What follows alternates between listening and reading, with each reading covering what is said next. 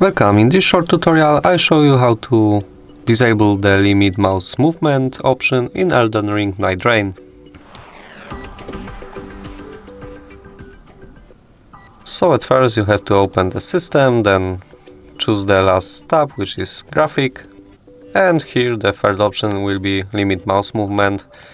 If the option is on, you can move to the second screen. As you can see, I have locked my mouse on the left side of the screen, and if I disable this option, I can move to my second screen on the left. As you can see, my mouse disappears, so I can use my second screen while playing this game. So if you like this video, leave a comment, like and subscribe to our channel. Bye!